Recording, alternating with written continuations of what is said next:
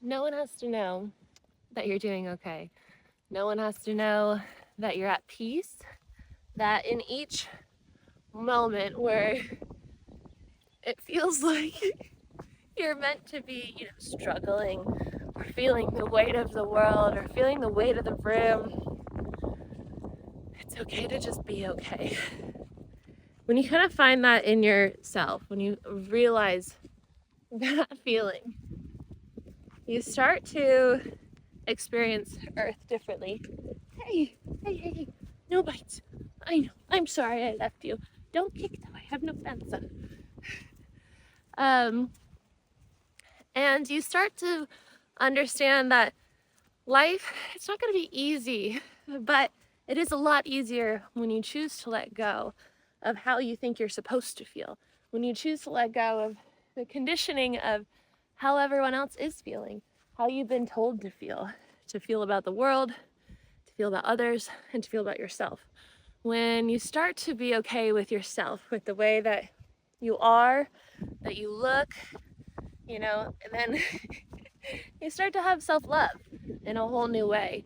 But what I was observing is just like sometimes when you're in a group setting, whether it's a job, a family, a household, a friend circle, because we're human, we're having this human experience, there will of course be times where people are having off days, where people are feeling sadness, anger, where people are just moving through the things that we move through as humans. And it's not your job to feel that for everybody.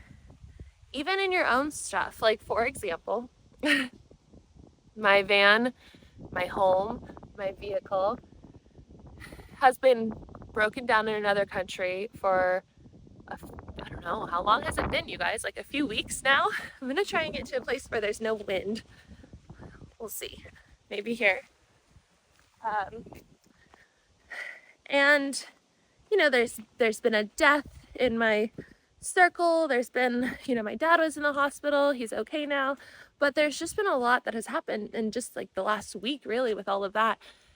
And I have found a place in myself to be okay with this experience, to know that this is all perfect and divine and the way that it's meant to be, that my soul signed up for this, that these are all here in this way to serve me in the way that is for my highest good.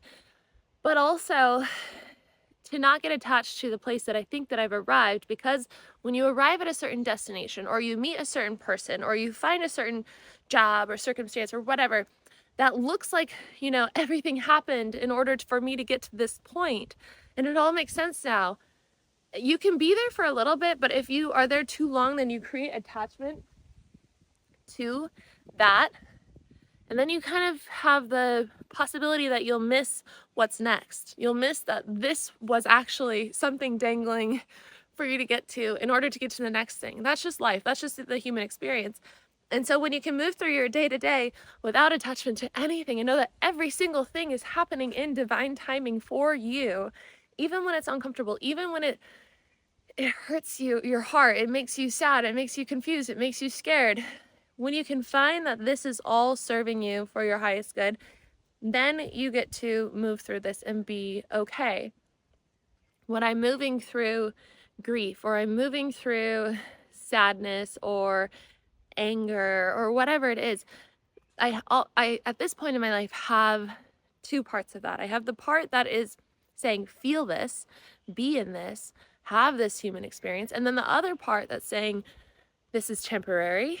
This is part of the human experience. This is why you're here. Allow yourself to do it. Do so with love. You're doing it. You're feeling it because you love yourself. You love yourself because you are love. You love yourself because you are love. The essence of who you truly are is love, right? And so you can find that in yourself. You can sink into your heart and say, is that true? When I hear the term like, oh, they're a bad person,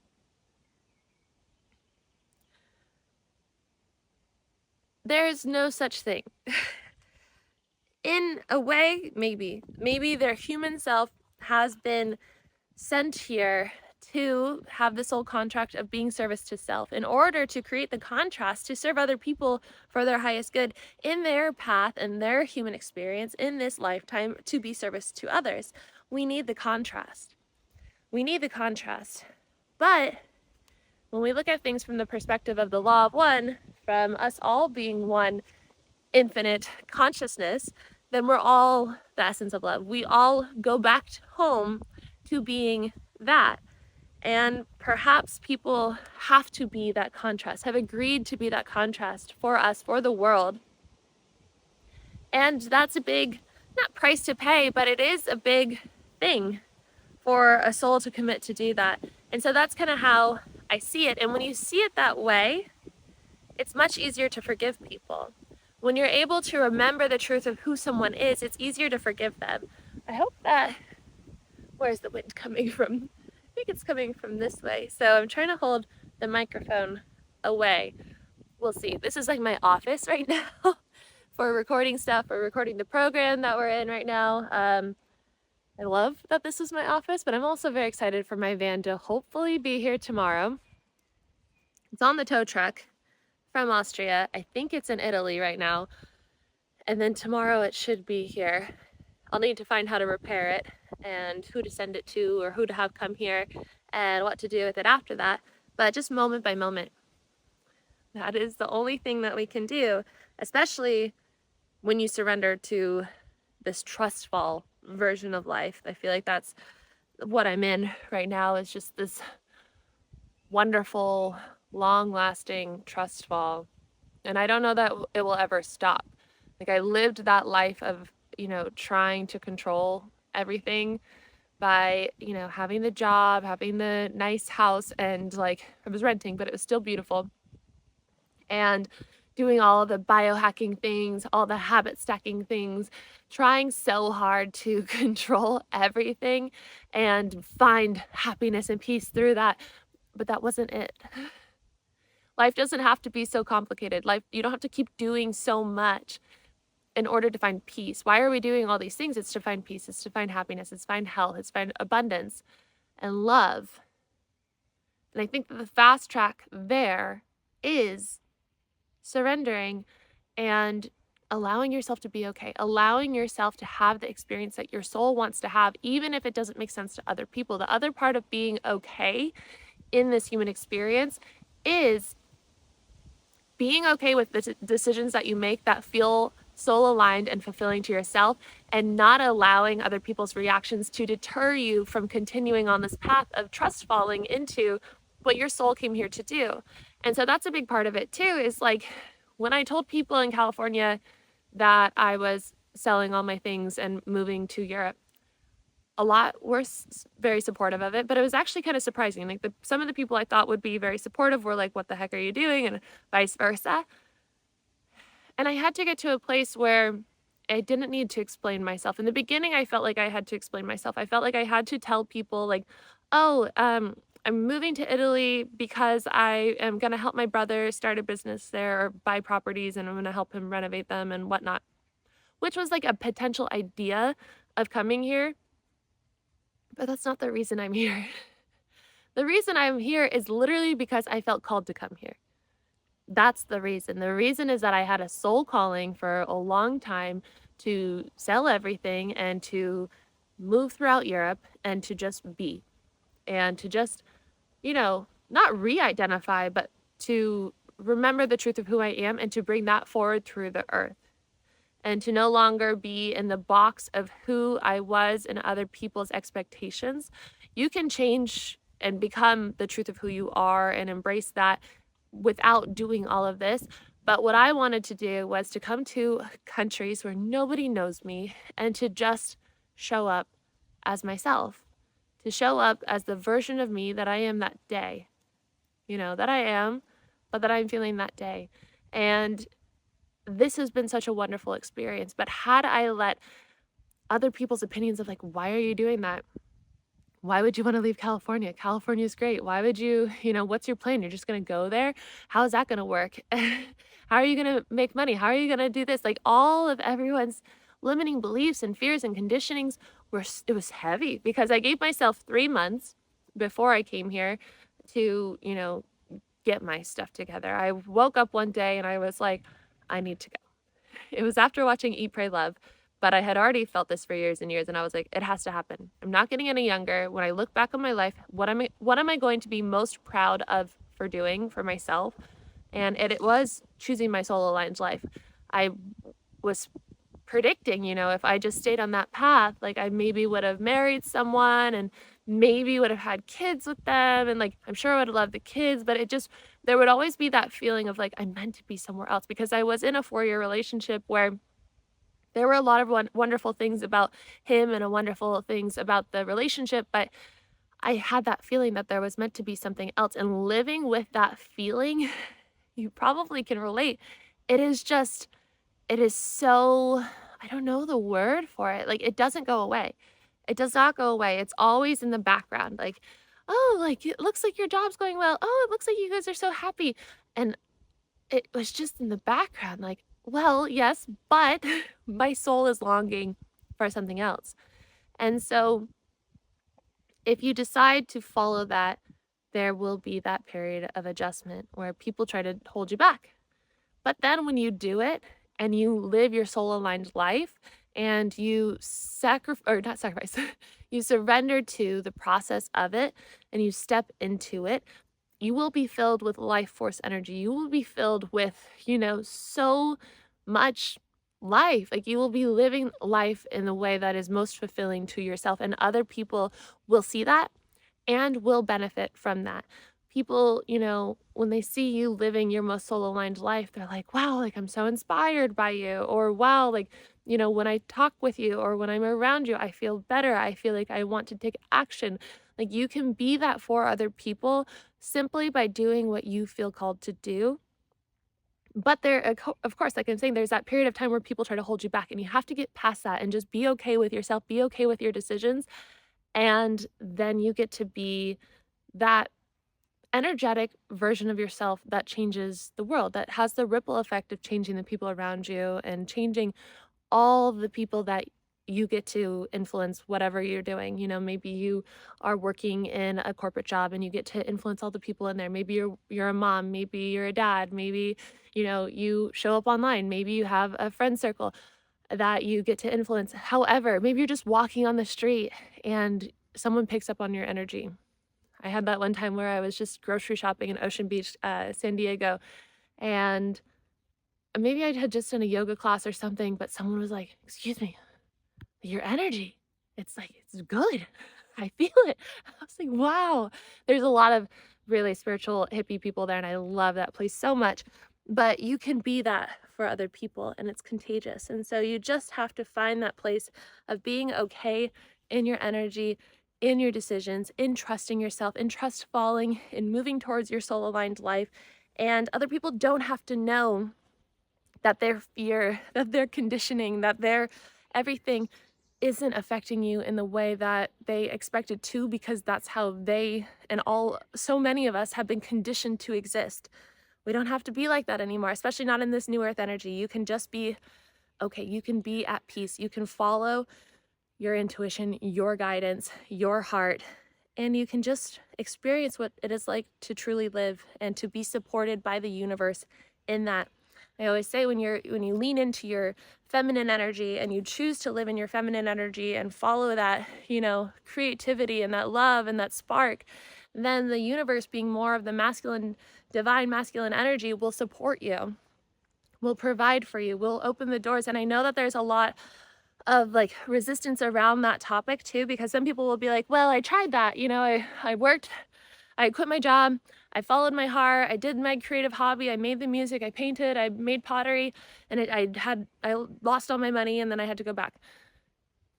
That will happen if you don't always or also address the subconscious beliefs around what you're doing. My doctor, one time when I got a tick bite, like a little over a year ago, my background history is with Lyme disease and toxic mold illness. And so I have this fear that has been resonating in me of ticks and of getting sick again and of being held back again and of losing my freedom again. And so I tried to face that by going out into my dad's horse field and laying down with a baby horse. And then I woke up with a tick bite, and then I experienced, severe PTSD, and I ended up, having to do a lot of healing work around that. My doctor, when I met with her about it, she was like, "Don't go out in the field until you've addressed the fear. Don't go out in the field until you've addressed the subconscious patterns and beliefs and fears." So you have to look at your beliefs and your patterns around following your heart, around following your soul's calling, because we have been so programmed on this earth to believe that we are not capable or powerful enough to live the life that our soul wants us to live, to have the joy and the peace and the love and the abundance and the health and the happiness that our soul wants us to have. That's the conditioning here, and it is part of our human experience in this lifetime, in this time on earth, to break that, to redirect that, to rewire that, so that this planet can start to heal, so that we can bring a new higher consciousness on earth and get to enjoy this beautiful magical place. We were talking about the plants here around Europe, but I think here in Italy there's one that just takes 5 years to finally open, and all that it does is like pollinate, and then it dies. And that was just making me think. I was like, everything has a purpose, and everything is so divinely guided and planned and calculated. And that plant doesn't question its life. It doesn't question its purpose. It is serving exactly how it's meant to on this earth by just being what it is meant to be without denying itself. Like, if we were that plant, we would be like, wow, all I have to offer this world is just growing for 5 years and then just spitting out seeds and just dying. Like, I suck. No, I imagine that plant probably has a very important thing on earth. I don't know what it is, but that's the example that I have in my mind. So that was a lot that just came through. I really liked that message. Part of it's channeled, part of it's me. I don't know the percentages. I just start the camera and go. So if you like this video, please give it a thumbs up. Subscribe if you are new here. Leave a comment if you feel called to do so. If you don't know what to say, you can just say hello to the horsies, or tell me a fun fact about plants that are in the nature, the wilderness. And if you want to sign up for one of my programs, we have 21 days to rewire your mind, and we have 21 days to know your divine guidance. Divine guidance is happening right now live. We're on day 3. You can hop in. I'm active in the comments if you have any questions. If you have anything come up at all and you want to share with the group, other people are active right now. The 21 days to rewire your mind, that was finished about 2 weeks ago-ish. I don't know, time-ish. But also, if you comment in there, I'm sure to respond to that as well.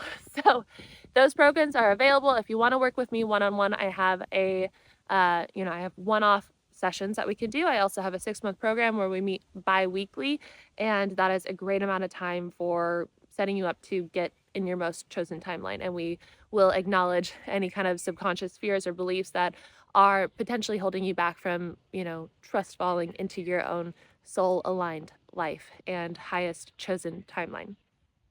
So I will leave you with that.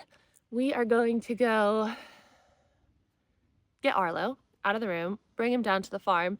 We're breeding today. So Ladybug is my favorite horse on this farm. You just end up connecting with an animal more than others for some reason, and we all have different ones that we connect with, and I love this horse, and we just cuddle all the time, and I just feel like she gets me. And I don't know how I know that, but I love her so much. So she is breeding with Malachi. You guys have seen Malachi in some of the videos. He is up here. I walk by him sometimes. So making babies later, and I have some client calls. I had a few this morning on, I think it's Tuesday or Thursday right now. I don't know, Tuesday. It's Tuesday. That's usually when I take clients. So I'm going to go do that for the rest of the day, and I will see you in tomorrow's video. Bye.